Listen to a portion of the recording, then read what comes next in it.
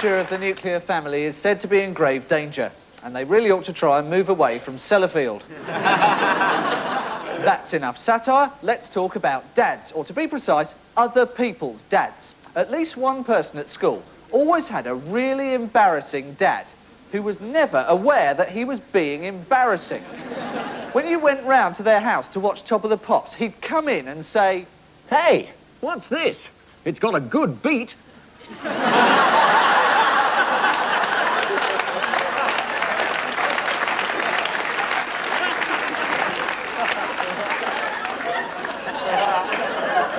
and then start dancing in that way that only your parents can dance.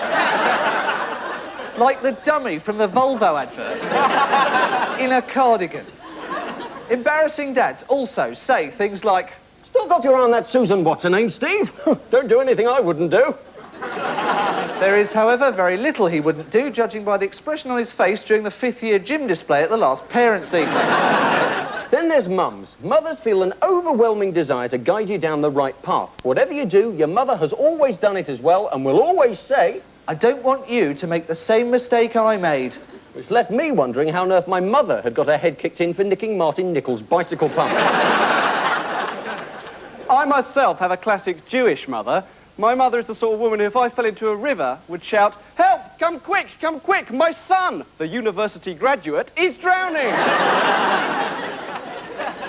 Conventional morality still frowns on one-parent families, but they are commonplace in nature, notably in the case of the black widow spider. In this species, as you may know, the male gets eaten by the female the moment they finish mating. Male black widow spiders have the lowest incidence of premature ejaculation in the world. Oh, no!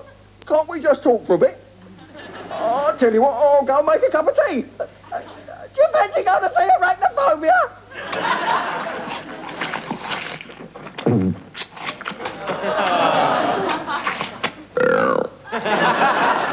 Most of the TV role models for family life are curiously coy. The Waltons, for example.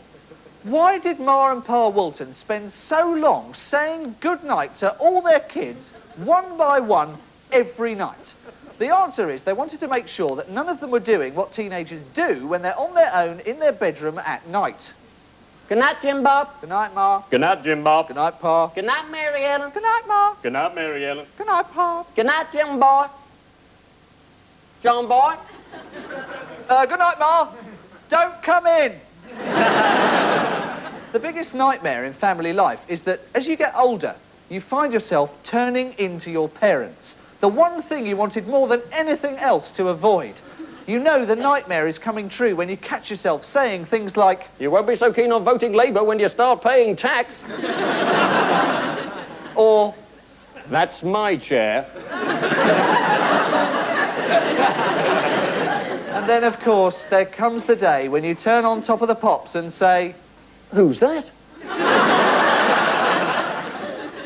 Or even worse, "Hey, what's this? It's got a good beat."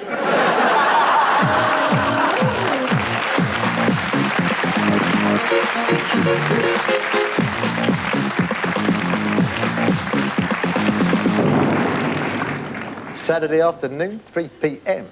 A Securicorp van-style Securicorp van leaves the NatWest Bank on the Edgware Road carrying £250,000 in gold bullion. It then turns left into a narrow side street away from the traffic as it does every week. So I need a driver, 2 men to take up the guards, and it should be an easy job.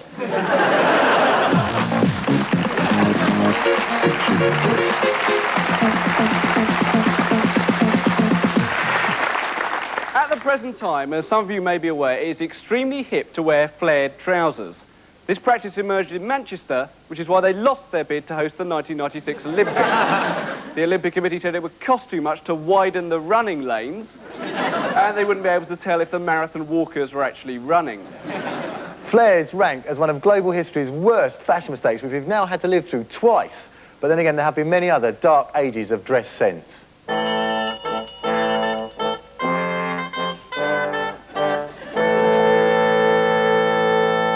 Does the shopkeeper give me without more ado some crisscross garters, a goodly pair of thigh-high leather boots, and a velveteen cape, if you please? Sorry, mate, you want Miss Selfridge. Round the corner and down Pudding Lane. Right you are. One of the most embarrassing garments to buy at this time would have had to have been the codpiece. The trauma of buying one must have been similar to buying your first bra or condom.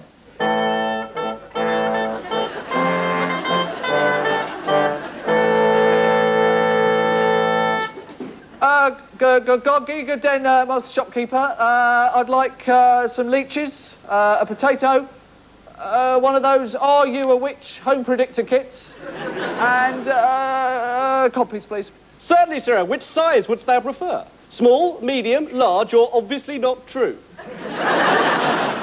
Large, please.